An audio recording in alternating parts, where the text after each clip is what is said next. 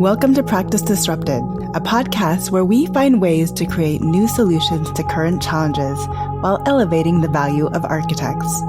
I'm your host, Evelyn Lee, an architect who spans tech as an angel investor, startup advisor, and founder of Practice of Architecture. Whether you're a seasoned architect or just starting in the field, this podcast is your gateway to think differently about the role architects play within our global community.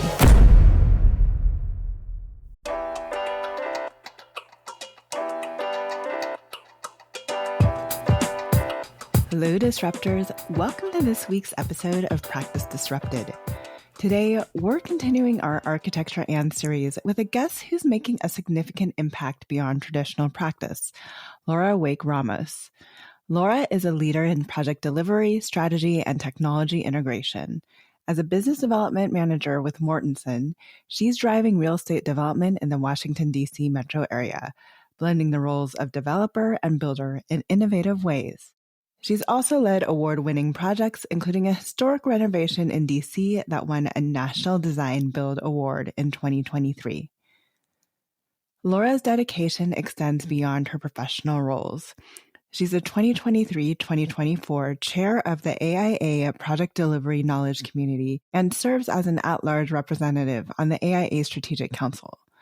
A licensed architect and certified design build professional, Laura is also passionate about mentoring, volunteering with the ACE Mentorship Program, Architina, and the Design Build Institute of America. In this episode, we'll explore Laura's journey, her approach to integrating technology in project delivery, and her commitment to giving back to the community. Her story is a powerful example of how architects can leverage their skills to drive innovation and make a broader impact. So let's dive in and hear from Laura on her remarkable path in architecture and beyond. Hi, Laura. Welcome to the show. We're so happy to have you. Thanks for having me, Evelyn. I'm happy to be here. And it just seems like yesterday we were at AIA 24 in DC. Yeah, absolutely. So we've just ran through your bio, but we always ask a bit of an icebreaker at the top of each episode. So is there anything that isn't in your formal bio that could either add to the conversation or just provide extra insight into who you are and what you are passionate about? Sure. Well, this past year, I was training for my first half Ironman, and I completed the race in June in Cambridge, Maryland. So that was quite an experience. It was a 6-month training plan, but even before the 6 months of training, it was about 2 years of building up endurance training to get to race day. So I've been, kind of in and out of life, through the training of managing work life and training life and just regular social life. But the half Ironman race was just like such an incredible community and experience, and I am totally hooked. Does that mean you're going to sign up for another one or even do a full? So the big dream is to do a full one day. So my training buddy and I, we are talking about it. And then, it would probably be a couple years away just from the training time and just building up to that point. And so we're talking about perhaps doing an international race, just making a full-on experience and just, to travel and to do the race experience. So that's like our big dream that we're building up to. That would be amazing. I always if I were to ever take on such an athletic endeavor, which I'm not an endurance athlete, so I don't think it's ever on my radar to do an Ironman. But I'm always I would do the one in Hawaii or something like that. Oh, yeah. Just because then it's, the landscape's beautiful the entire day that you're out there. Oh, yeah. There's a lot of people that get into trail running or these types of events, and it's just all about the adventure and the experience. And that's what I love about these events is just, 50 miles, 100 miles to enjoy a new landscape and somewhere new, somewhere you're seeing for the first time is just really fun. Yeah. And just to bring this back to architecture, is there anything relative to the architecture mindset, kind of endurance or, our work ethic that you think actually helped supported you at all as you took on this half Ironman endeavor? Yeah, I think kind of similar in the running community that a lot of people they talk about training for a race is a journey, and you're going to have your ups and downs, and there's going to be some days where you're not 100%, and if you gave it 80%, that's good enough. And the moment of the race is just so small compared to just all the time you put into training. And I think for me, like the experience of training for those races is a metaphor of life. There's some moments that are so exciting and euphoric, and they're just so fleeting and short. And, it's all about the journey and experience along the way. And every day is a new run. So just, I kind of apply that into work life as well. So one of the reasons why I wanted to bring you on Practice Disrupted is we have this whole series called Architecture and those that have pursued alternative paths outside of just working in a traditional firm. So you're the business development manager at Mortenson, but let's go all the way back to maybe even school or where you think is like a good, comfortable jumping off place of where you decided to veer off away from just a traditional firm. Yeah, so I'd say my journey started when I was in architecture school, and I got involved in a club called Design Build Institute of America, which is a national organization, and they have student chapters. And what intrigued me about this club was in the name at first was design and build together in the name. It's like, oh, that sounds exciting. That sounds like professional practice, designing and constructing. I want to try it. And so as I got involved in the chapter and the organization, I got to know various construction management students and what they did on their internships during the summer. And then I was also able to go to the national conferences of DBIA where I can meet professionals working in the industry and get to know what they do and different career paths. And I met several architects that were design build managers for construction companies. And that got me curious into that type of career path and what that experience was. And so that was like the first time where like I think, my eyes were wide open to more possibilities of what careers could look like. And then by my 5th year, I had already interned in 3 internships in architecture firm in Connecticut where I grew up. And, this group were just fantastic individuals. They taught me so much from design and projects or getting on the job site for active construction. And so I came to a place where I was thinking about, in my 5th year, where do I want to work? And instead of like thinking about work, I thought about what do I want to learn and what am I curious about right now? And so I was thinking like, well, I'm just really curious about construction. Like what happens after design? What happens beyond the drawings? And so the way I thought about it was like, well, if that's what I want to learn, maybe I should try to get a job in it. And, if I don't like it, I can always make a change. And so I went to the A&E fair at Penn State. I met with various construction companies, and that is where I met Mortenson, my current company. And I started in the Chicago office in 2015, where I was there for 2 years. And I was an on-site project engineer on healthcare and higher ed projects. And I also experimented in technology and construction, such as virtual building coordination and virtual reality. And so in that time, I learned that the company was opening a new office in Washington, D.C. And that really intrigued me because, one, I was looking for an opportunity to move back to the East Coast. And 2, being part of a startup office sounded exciting because it sounded like an opportunity I could wear a lot of hats and grow in my career. And so I relocated to DC in 2017, where I have been here since, and I love the city and I love the experience. And I got, to see the growth of an office from our small temporary space to our permanent branded Mortenson space. So it's been an exciting journey so far. I wanted to back up a little bit and ask you maybe even why you became an architect and why so early in your career did this idea of the design and build seems so interesting to you. I think other people just they don't come to that realization as early as you did in your career, or two, even if they do, I don't think they jump, and not to say that you jumped ship per se, but they just don't make that career choice as early as you did. Can you walk us through what was going inside of your head, or why you felt that determination after a few internships working in architecture firms?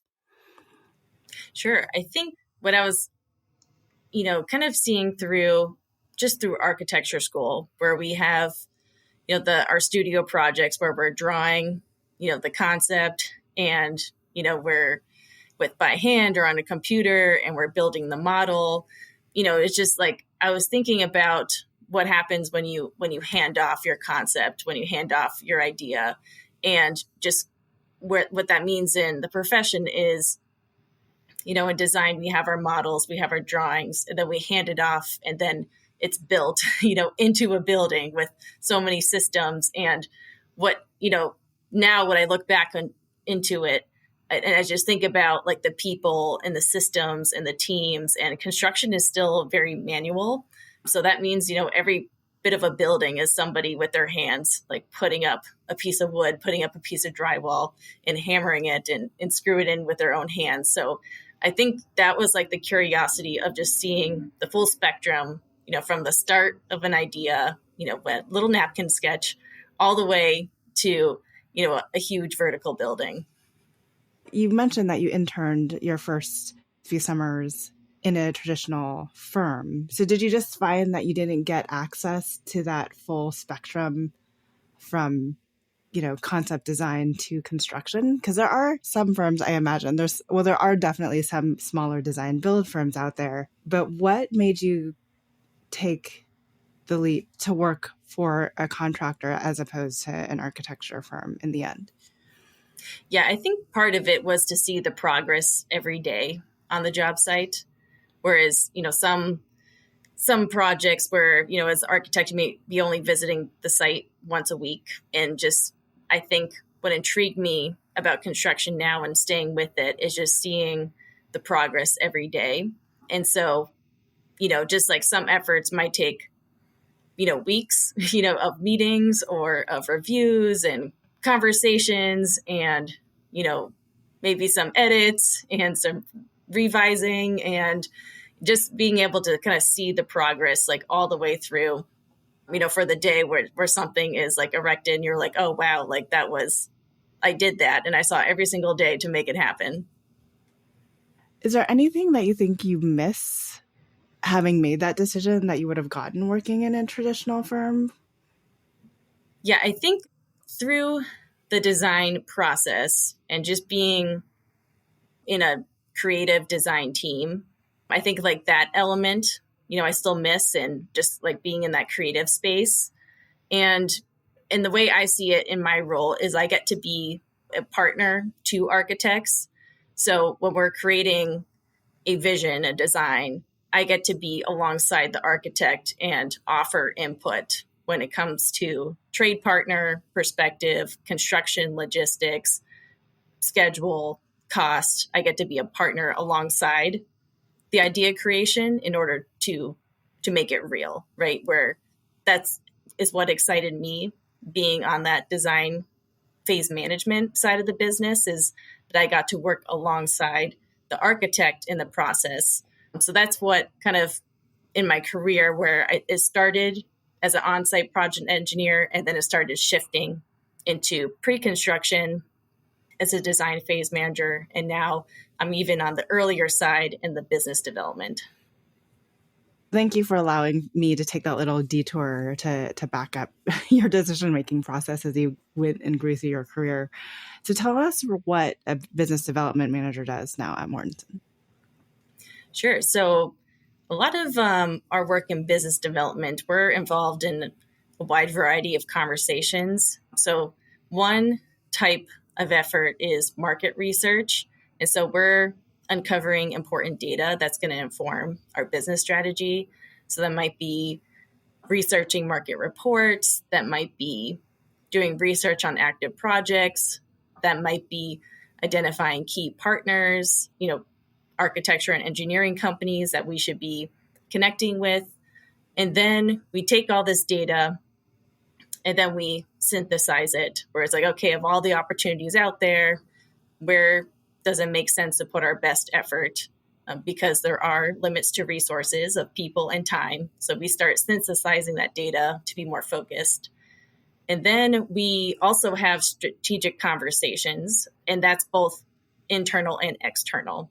So that's one thing I found in business development is there's not only selling external to the company, there's a lot of internal selling, and that you need to have leadership buy-in, you need to have team buy-in. So I have found myself in this role doing a lot of internal selling in addition to the external conversations. So, for external conversations, that's, having meetings with key trade partners, key design partners, and then internal meetings might be teams and just spreading excitement and just getting buy-in for a potential opportunity. When I think about the role that architects want to play on a building, even through CA, I feel like they want to be the owner or they want to be the keeper of the owner-client relationship.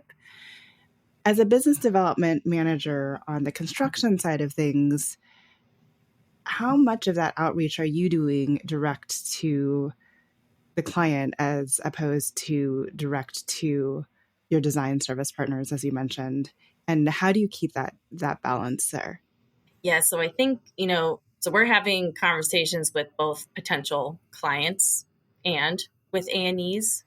And, the approach, at least for Mortenson, is that we want to approach as a team. And so we're identifying a potential client and we want to identify a potential A&E to approach that project as a team. And, we're looking at past experience. We're looking at, the project delivery model for the opportunity. Is it design build? Is it design bid build? Is it CM at risk? Does the design partner have the experience of those project delivery models so we can approach it as a team? And I think, for my particular approach, with architects is a little unique because I am an architect. And so I can kind of come alongside them as a partner in that way. and so we be able to speak design and construction in the conversation is kind of the place where I love to live and thrive. And so, and I make that, kind of clear in conversations with, the architect and the design partner. It's like, yeah, like we're a team and this is what you bring to the table. And we want you to, create the ideas and you're going to be alongside us. So that's one thing I'd say is my approach is a little bit different because I am an architect and I bring my architect alongside me in the process. And I don't know if you can actually answer this question, but do you have a preferred project delivery method as a GC? So in our DC office, we're interested in collaborative project deliveries. So that might be, I think we prefer design build. We love design build. Also open to CM at risk, those types of collaborative models that bring the GC on earlier. So that way we can, bring insight to a project, particularly when it comes to cost and schedule. So projects are just more challenged right now. There's a lot of, economic headwinds, tailwinds that we can, if we have a seat at the table early on, we can provide insight. Okay, so you talked about your different approach being an architect on the construction side. How is that received by architects? Is it received well, or is there any animosity in terms of you being an architect who has stepped off the traditional path? You're obviously trying to work with them as a partner, but do they equally see you as a partner? Yeah, I think there's a spectrum. It varies. There are those who have been open and curious of like, oh, like, tell me about your journey on the construction side. That's different. That's interesting. How do you like it?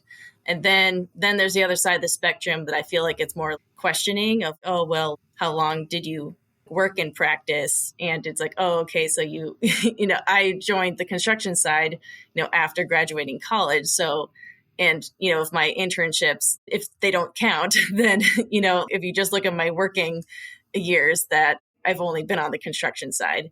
And so there's kind of been a spectrum, but I stay focused on my community of support because there are many other alternative career architects out there, that are doing really interesting work and having a really big impact in the profession. And I've kind of grown that network over time.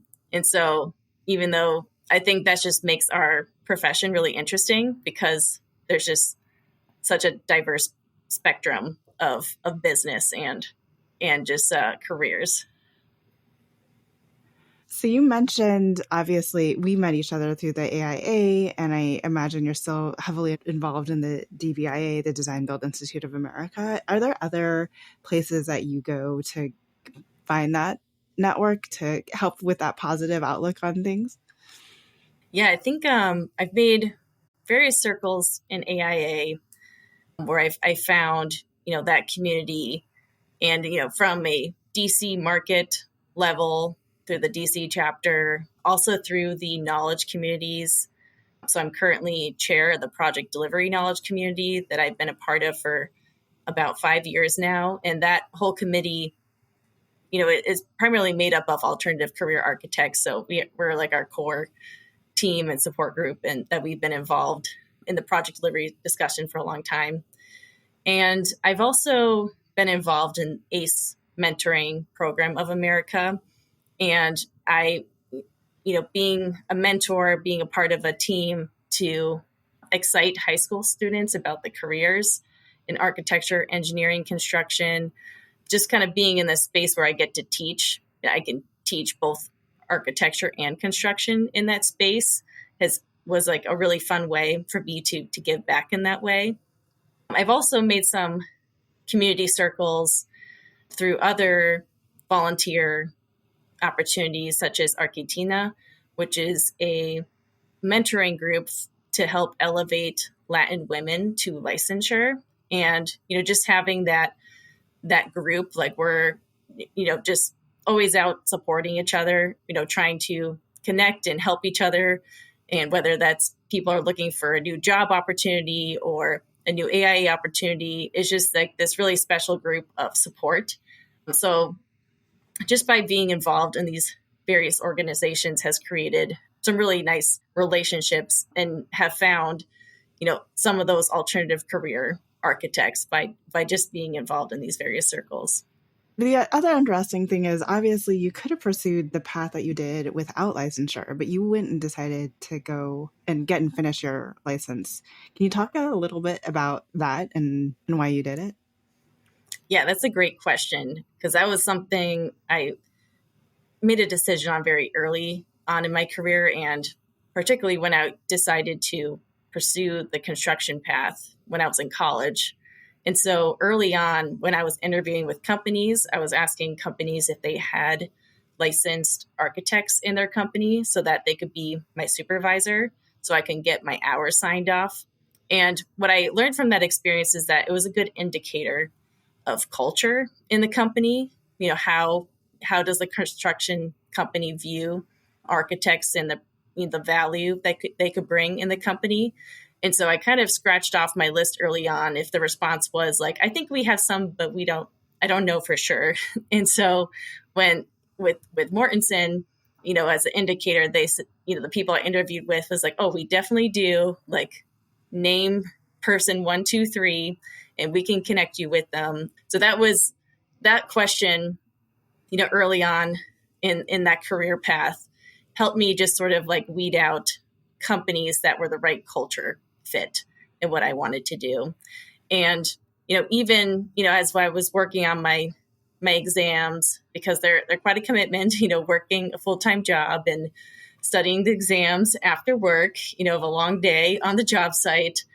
What I learned from the experience is that I, was learning as I was studying these exams. And as I was studying the material, it was helping me do my day job better, from a technical building standpoint, like, studying contracts and also, studying details in that kind of technical material. And I decided that I wanted to do that early on so that, I could complete it and it could possibly open doors later in my career. And so that's the advice that I give others as well as they're considering it, is that it's not required for, in the construction world. However, you're going to learn something from the experience, and, you will find a place where this is going to have a kind of a payback one day for your career. So in addition to that advice, what other advice would you give architects either early in their career or mid-career that are curious about alternative career paths that still align with the built environment? So I think, from the stories that we were told, like early on in architecture school, is that, an architect is a slow maturity profession. It's like fine wine. It gets better as we age and we gain experience along the way. So just knowing that this is like a lifelong journey of exploring design and the built environment, I think it just makes, following your curiosity, and just don't be afraid to take risks and change. Just kind of follow what you want to learn, because it's going to make exciting experiences that are just going to build up over time.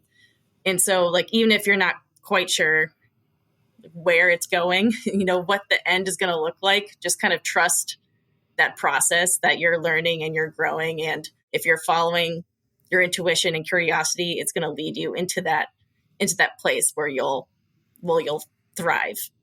And so I think that's kind of the advice, is that, maybe from the outside to some people, like my career might look like a bunch of horizontal, unfocused moves. However, when you explain your story and it's like, oh yeah, like I was following this, curiosity, studying the bridge between design and construction. And now I'm studying the bridge between construction and development and integrated business models. And when you explain your story, then people say like, oh, that makes sense.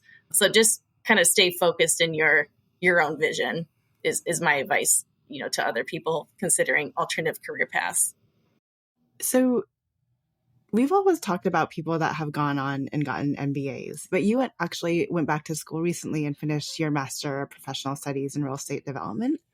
Can you tell me about your thought process in deciding that is kind of the secondary degree that you wanted to go after as opposed to other degree programs? So when I was graduating from my undergrad in architecture, I always had a curiosity of pursuing a master's degree, but I didn't want to jump into it right away. I kind of told myself, give myself time to learn and experience, and just kind of let the opportunity just unfold itself. And so I had been researching MBAs, for a couple of years after I graduated. And I, was kind of having different conversations too with some folks who had an MBA and just their decision and their path along that. I was also intrigued by maybe getting a master's in public policy or health administration, just something kind of just different where I can synthesize like different knowledge together into the built environment. And ultimately, I started getting curious about integrated business models. And that's where I thought like a MBA does make the best sense. But I was kind of reflecting on the experience where some people had told me is that, MBA is a very general business experience, and you can get a specialization, but that kind of feedback made me think about I think I'm always going to be in the built environment. So that made me think about taking a more focused building industry path, which led me to real estate, which is, the business case of buildings. And so when I was researching masters in real estate development, and I was thinking about work experience is so valuable in, this day and age. I want to continue working. Is there any program out there that has a flexible program that I could work and study at the same time? And the other perspective I got for those who pursued master's degrees is that your alumni network is really important. And so that's where I was, started honing down too. In my filter was like, okay, is there a flexible master's in real estate development that's located in Washington, D.C., because this is the place I want to build my career and network. And so ultimately that led me to the Georgetown program, which was a really cool experience because majority of the students are working professionals. And so the program was very understanding and flexible in that way. But also it was really cool to meet students that were just all across the spectrum of the real estate business. They were, professionals who are working in design, professionals working in construction or property management or development, even a couple individuals that were part of a family business. And so they were studying, this program to help build their own family business. So just kind of meeting just a wide variety of people got me inspired to thinking about the vast opportunities that are in the real estate and building industry. I always get the question, and I'd like to rephrase it for you. What is the one, or it can be more than one thing that you learned out of that program that you actually wish, or that would have helped you if you knew it or learned it while getting your BArch? Oh, that's a great question. I think about that sometimes. I guess in simplest terms, I think of real estate development as a Shark Tank of architecture, where it's, you have this concept, you have this design, you have this idea, and you need to talk about how you're going to get it funded. And that's where I think the bridge between architecture and development lies, is that the development world has the connections, to the private equity, to the debt partners to get buildings funded. And so I think, early on in architecture, I would have liked to learn more about the capital markets and how that works, because I think it's understanding the economic trends would translate directly into running an architecture business, understanding like how the economic cycles and why, particular markets are lagging, based on economic factors, like some of those like really important business insights, I think would have been, key to learn early on in architecture school, as well as market analytics. So how to like research key data that drive architecture and concept. So just particularly to healthcare, like understanding like what demographics, what market data would translate into a need for healthcare. And I think architects could really be empowered if they, just kind of being aware of how to access that information and how to synthesize that data. It's interesting that you say that, because I've been doing a lot more just in my own personal study of what is going on in fintech, because I feel like there's a lot of individuals out there outside of the architecture industry that's trying to figure out different mechanisms to get people who need homes, for instance, right, access to capital in order to do that. And I always tell the architects you should keep an eye on what's going on in fintech. So it's just interesting to hear your response there. Having heard what you learned out of your real estate program, what is next for you beyond business development manager in terms of your own career growth? Where do your own career aspirations lie right now? Yeah, so right now, some of my career aspirations is that, continuing to be involved in AIA. I'm passionate about elevating the alternative career experience in AIA to bring awareness, and also just for making the umbrella bigger and, inviting allied professions into the conversation and to bring perspective and insight into the design space. And I think, that's something is just my kind of grassroots initiative, is that, connecting with, designers, architects, if they're in construction or alternative career path, and, kind of encouraging them, to get involved. And, there is a space for you in AIA, like you have valuable insight into the conversation.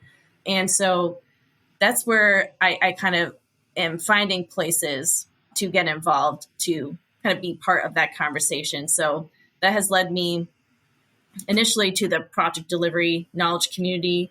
And now this year is my first year in strategic council. And with those work groups, continuing to elevate the stories of alternative career architects and just encouraging to invite those perspectives into the space, because I think that's where we have the most to learn.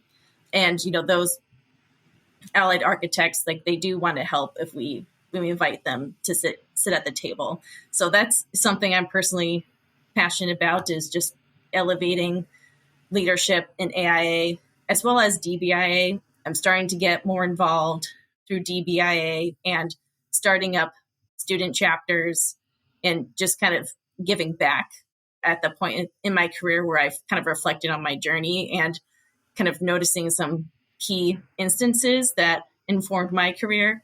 So I'm trying to do the same thing, is to bring that ladder behind me as I continue to climb up. So one of those things is student chapters I'm particularly passionate about. And, with Mortenson, continuing to, build the business locally, but also I'm interested in just kind of expanding the conversation nationally when it comes to the connection between architects and GCs and the collaborative delivery models and the value of that. So that conversation, getting involved in, the DBA path, as well as other organizations. Like, I would like, to get in front of more groups like COA or the AIA AGC Joint Committee. And so those are some of the things I'm thinking about, is continuing to be that bridge between architecture and construction. So I imagine, just given your response, that this answer might go a little bit deeper into where your head is. But, seeing that you're an architect on the construction side and you have this background, this master's in real estate development, what do you see as some of the biggest, and I feel like we are kindred spirits, and that's one of the things that drew us together kind of in conversation on the Strategic Council when it comes to alternative career paths. What do you see as the biggest challenge that we face within the profession? Is it building those bridges, or is it something else?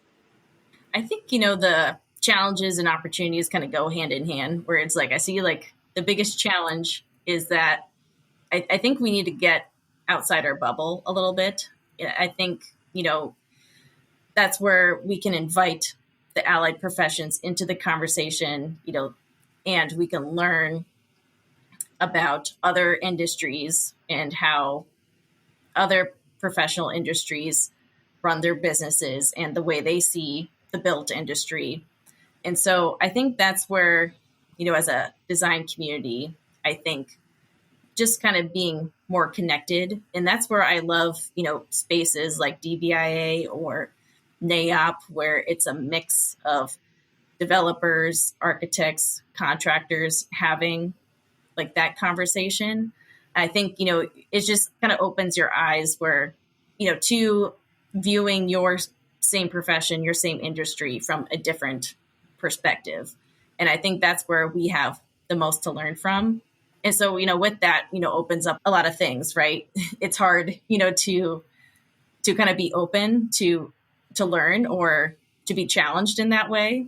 And, I sit in that space on both sides, right? Like being an architect on the construction side and then being a, construction leader in the architect side. And I think that's where I have like the most interesting conversations. And so that's where I think to encourage, the profession is like to be open to those integrated spaces and invite those alternative career architects into the conversation. What is your hope for the future of the profession? Yeah, I think the hope from the future of the profession is to get that umbrella bigger. So, early on in architecture school, where our professors were inspiring us that there's so much expansive careers in design, like for architects, from interiors to theater design, to graphic design, to video game design. And, it was like the space where it's like, oh, like with the way I think and my degree, like anything is possible. And then entering the profession, it just seems like there was some boxes and walls that were, like we talked about before, it's like, oh, well, but you didn't practice in architecture. And it's like, that's where it kind of felt a bit of, those walls. And, for my hope of the future is to break down those walls, because there are a lot of, architects working in allied professions out there, and, we can elevate the profession together. And that, that just makes the value, the experience, the opportunities just even more expansive.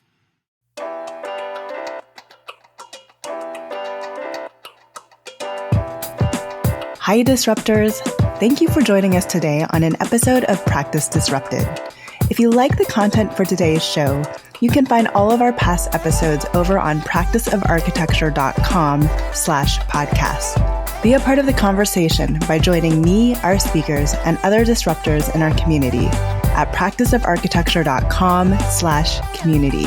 Our social media handle is Practice of Arch. That's Practice of ARCH. We'd love to hear from you, so feel free to drop us a DM and say hello. Tune in next week for a new conversation on change in the profession.